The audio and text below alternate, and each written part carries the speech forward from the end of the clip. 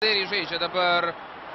Štai kokia pavojinga situacija, smūgis į vartus ir įvartis. Valensijos komanda labai arti pergalės šio vakaro rungtynėse.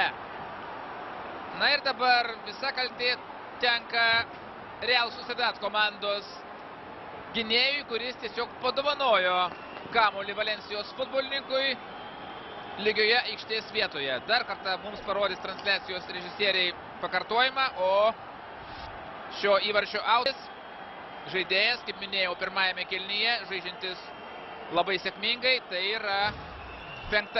Adriso Adurio įvartis šių metų pirmenybėse rungtyniaujant Valensijos gretose. Ir štai šis pavojingas momentas, nuo ko jis iškilo, nuo to, kad buvo prarastas kamuolys ir Adrisas Aduris tokių klaidų nedovanoja.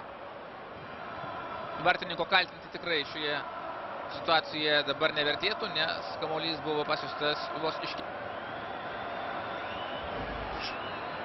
kažkaip fenomenaliai žaidžia šiandieną Valensijos futbolininkai. Pamename pirmąjį įvartį Valensijos komanda, pirmąjį savo įvartį komandinį Valensijos komanda pasiekė per pridėtą laiką pirmojo